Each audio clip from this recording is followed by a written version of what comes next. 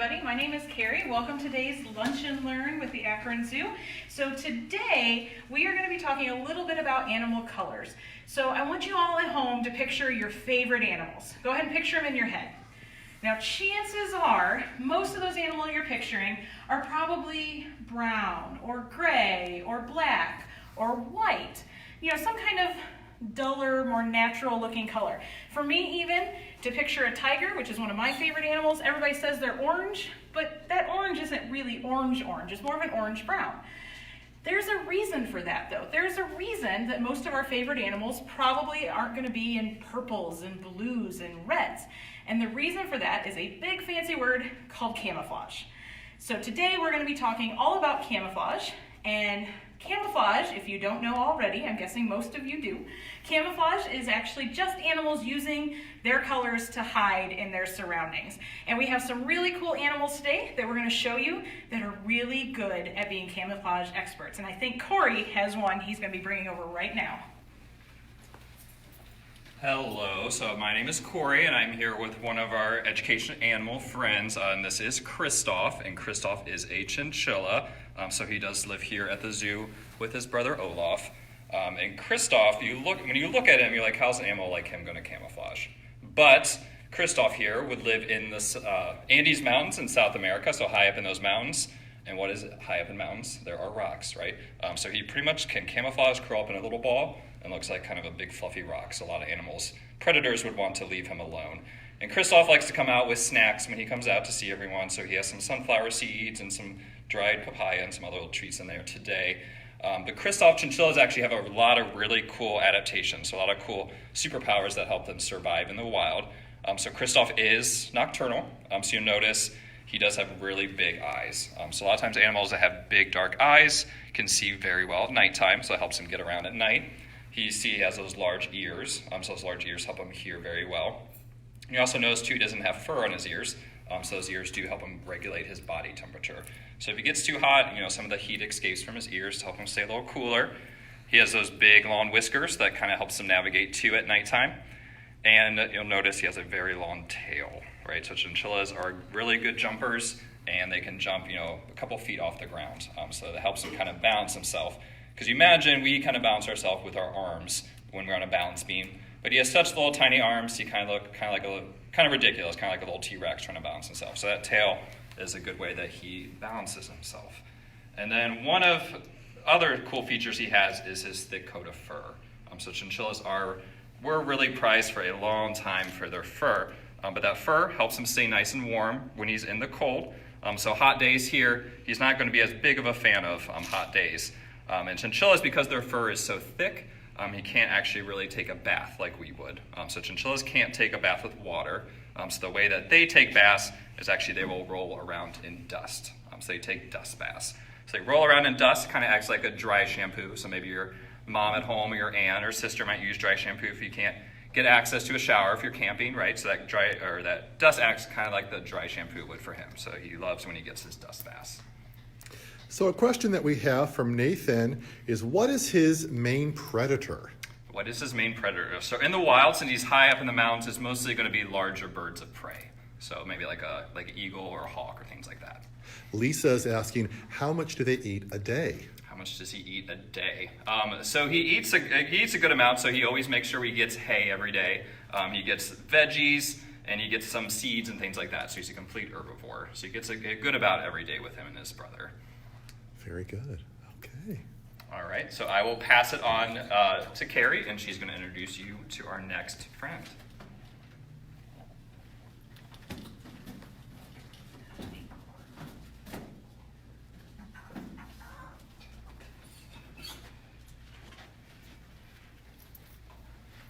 All right, everybody. So everybody say hi to Buzz.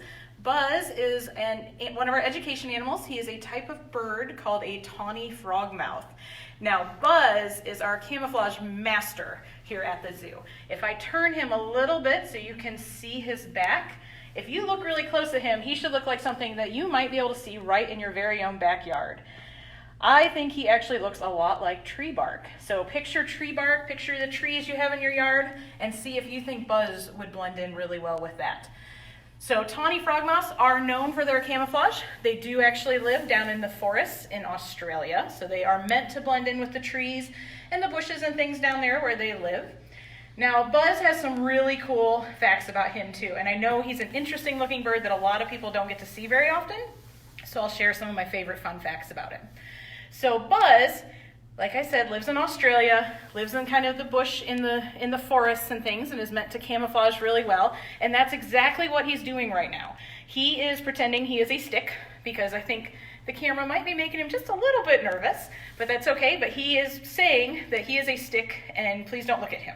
He doesn't realize that he doesn't really blend in with the green wall or me behind him. So that's kind of how he camouflages, but if he gets really upset or really nervous in the wild, if he needs to protect himself from, say, a predator or something, he has a couple different ways of protecting himself. One of the things is camouflage.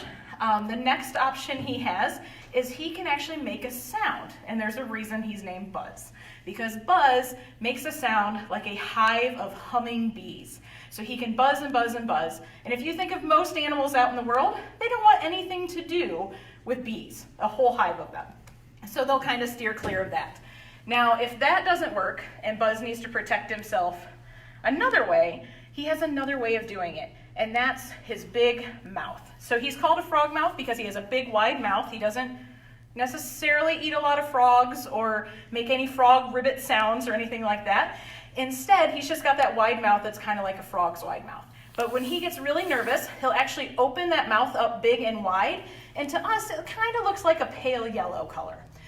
But in the bird world, birds actually see colors completely differently than how we see them. They can see in a spectrum called ultraviolet that we can't see. So when Buzz opens his mouth to other birds, it actually turns like orangish and red and yellow, and it looks like he's breathing fire. That's pretty intimidating to most other animals. So he can use that kind of as his last line of defense before flying off, because he is a bird and he does have that ability. Now, Buzz, when it comes time to eating, he eats mostly insects and occasionally mice and things like that.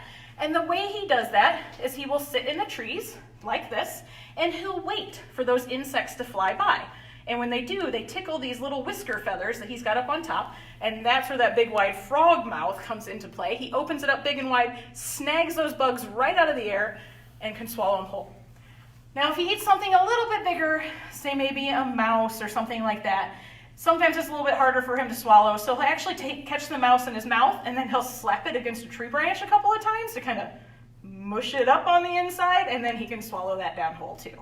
So some cool fun facts about him, but one of my favorite things to talk about with Buzz is his very entertaining dance. Believe it or not, he's a fantastic dancer. All right, are you guys ready to see him dance? Okay, everybody ready? Watch. Is that a pretty cool dance? That's the tawny frogmouth dance. So he can actually hold his head exactly in place, and that helps him in the wild too. Because if he's sitting on a tree branch and he is hunting something, he's focused in on something yummy he wants to eat, he wants to keep that focus with those big eyes that he's got. And he can hold his head in place even when the wind is moving the branch underneath him. So we call that his tawny frogmouth dance, but it does actually help him to survive in the wild. So some questions. Yeah. We have JJ is wondering if Buzz has sharp claws. Buzz doesn't have like sharp claws like an owl or a hawk. His feet are a little bit less strong than theirs. So they can get a little bit sharp, but they're just to hold onto the tree branches. They're not sharp enough to do any hunting with. Andy would like to know how many feathers Buzz has. That's a very good question. I would guess hundreds, thousands of feathers. I can't say I've ever sat with Buzz and picked through his feathers and counted every single one. Candace is asking, how heavy is Buzz? Buzz is actually about just under a pound. So he's a flying bird, so that means he has hollow bones, which makes him considerably lighter than what you might guess him to be. If he didn't have those hollow bones, he wouldn't be able to fly. So he's just under a pound. So Nicholas wants to know, what does Buzz eat during the day? So Buzz eats bugs and worms and occasionally mice. That's what he likes to eat, but I think his favorite are probably some of the bugs and stuff like that. And last question about Buzz, Sydney asks, do they take a bath? Buzz actually does take baths, especially here at the zoo. In the wild, these guys would just be outside when it rains, and they would just sit in the rain. But they do have waterproof feathers. So Buzz, when it rains on him, the water actually balls up, on like his head and stuff, and then rolls right down off of his tail, and his feathers stay perfectly dry underneath it. Buzz, though, living at the zoo, he likes to take baths, and when he gets really into them, he raises his wings up and lets us basically spray his armpits, more or less, and he gets really into it and like wiggles around, and it's pretty entertaining to watch. I am going to ask 2 more questions Okay. before we move on. Laura asks, is he nocturnal? He is nocturnal. It's a very good question. So he is another one of our animals that is normally awake at night, so he does have those big eyes so that he can see pretty well in the dark. I know a lot of people want to know if he's related to owls too. He's not related to owls. He's actually related to nightjars and whippoorwills that we have here in Ohio. And how long will Buzz live? He should live to be in, I would say, up to about 30 years here at the zoo. Yeah. All righty. All right, thank you guys very much. I think Corey is ready with our next guest. All right, so who you are seeing here, this is Leche, and Leche is a Pueblan milk snake, right? And we've been talking about camouflage, right? So the last 2 animals that we saw Kristoff, that kind of blends in with the rocks, and then we saw Buzz, who blends in very well with the trees. And most animals, like Carrie talked about, right, are brown, black, those grayish colors. So looking at Leche, you're like, how is an animal like this going to camouflage, right? So he has a different type of camouflage, which is pretty cool that a lot of animals don't have. So he's able to do something called mimicry, okay? So mimicry is a type of camouflage where you resemble another animal that would be dangerous. So Pueblan milk snakes look very close to coral snakes. And those snakes would be venomous. But the only difference is the color, the order of the bands on their back, okay? So Pueblan milk snakes, the red is next to black. And then on the other snake, the coral snake, the red is next to yellow. So there is the old saying, red next to yellow, you're a dead fellow. Red next to black, you're okay, Jack, right? So if you see snakes like that, that is a way to tell in the wild. Obviously, you're not going to get close enough to them to kind of look at their bands. But for us, right, red next to black, we're okay. So we're okay with him. So he's not a venomous snake. But for a lot of other animals, his predators, birds, things like that, they don't know. They just see those bright colors, and they're like, that might be an animal I want to stay away from. Right, and we talked about him being a milk snake. So his name is Leche, so Spanish for milk. He doesn't drink milk, so that's not why they're called milk snake. But for a long time, a lot of people thought they did. So that's why he got the name milk snake, because they would hang out in the barns where the cows were. And they're like, why are they hanging out with all these cows? Also in barns, as we all know, mice. So Leche's favorite food to eat is mice. So that's why he was hanging out in those barns, to get all those mice. So Leche here only eats about a couple times a month. So snakes usually don't have to eat too often, but they eat a big meal for a while, and then they're good for a good little bit. And snakes, like other reptiles, are cold-blooded. So what that means is their body temperature is always like the temperature of the room they're in. So it's about 70 degrees in here. Leche feels really good. He's moving around, checking everything out. But if it was a little cooler, his body temperature would drop to that temperature. So at the zoo, we make sure we give him all the special heat lamps and UV lamps and everything to make sure he stays nice and happy and healthy. Because we know in Ohio, we don't always get to see the sunshine out, hardly ever this time of year. So Leche, we make sure that he gets the artificial sun, which makes him just as happy. So Penny wants to know, where is he from? So Leche specifically, we adopted him. So a lot of our snakes and reptiles come from rescue centers. Sometimes people buy them as pets and realize they take a lot of work and they get really big. So that's where Leche came from. In the wild, he'd be found in Mexico. Kathy is asking, how does Leche move? So he moves. You'll see he kind of wiggles around. So snakes, a lot of people don't realize they do have bones in their body. So he does have all throughout his body, he has little ribs. So he moves with a lot of muscle and with those bones. Lisa wants to know, what is the biggest animal that he can eat?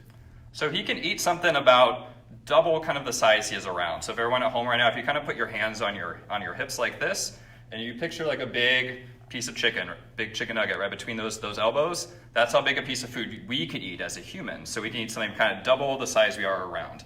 So if you picture kind of double the size he is around, that's how big of a piece of food he could swallow whole.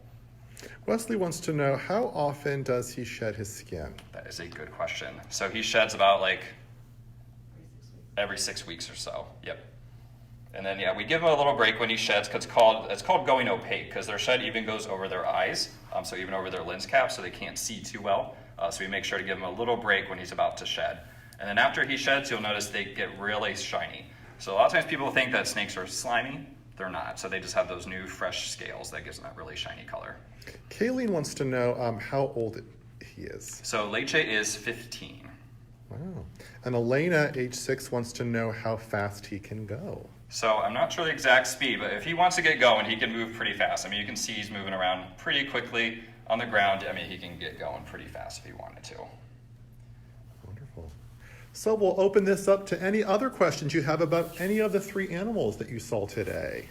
Come on in, Carrie. All right. And then we do have Corey's activity. Yeah, and also too, once we're done with the questions here, keep an eye on the comments. We will be posting an activity for everyone at home, a camouflage activity. So we'll have a little coloring page of an animal, and you guys at home can color that animal and then play games with your family. So you can try to camouflage it the best you can, either in your house or maybe in your yard, and then you can hide those animals and kind of take turns trying to fight each other's animal. So kind of a cool camouflage activity at home. And that link is in the description on this post. Cool.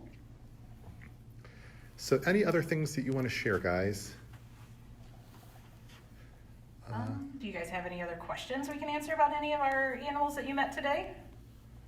Taking some more questions.